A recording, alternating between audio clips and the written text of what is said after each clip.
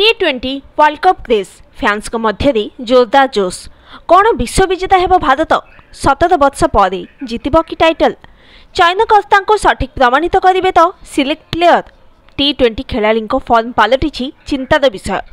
रोहित शर्मा हार्दिक पांड्या एवं शिवम दुबे IPL करते खराब प्रदर्शन किंतु IPL आधार T20 किपरि प्रदर्शन कर टीम इंडिया से नहीं आकलन करने ठीक नुहे।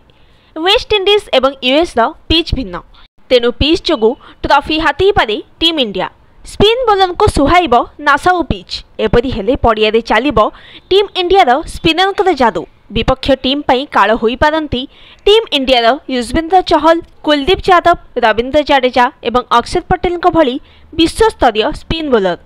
चहल अंतर्जातीय T20 क्यारियर 96 विकेट एवं कुलदीप 35 मैच रे नहीं 59 विकेट। एमानंक व्यतीत जडेजा टर्न शीर्ष बैटर को देइथाय चकमा।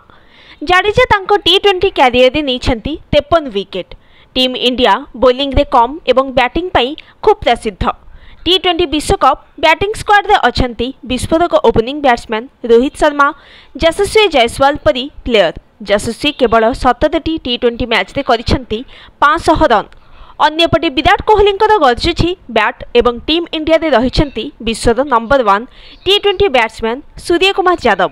एथि सहित मिडिल ऑर्डर रे ऋषभ पंत आक्रमणात्मक बैटिंग एवं हार्दिक पांड्या अभिज्ञता रही। ए सबु व्यतीत निर्भीक मनोभाव टीम को करिपारे चैंपियन। रोहित निर्भय बैटिंग अधिक स्ट्राइक रेट करिबारे साहाय्य करुवा बेले जायसवाल सूर्यकुमार यादव एवं ऋषभ पंत मध्य निर्भय रे लंबा छक्का मारिबारे माहिर। अन्य पक्षे स्पिन बोलर फ्लाइडेड बोलिंग रे घाइला होइथांती विपक्ष बैटर जबरदस्त छक्का लोभरे हरई विकेट।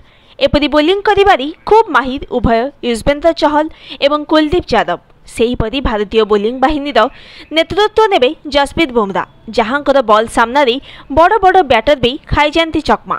तेणु एही खेलाड़ी दम रे चैंपियन होई पारे team India. Bureau report news today.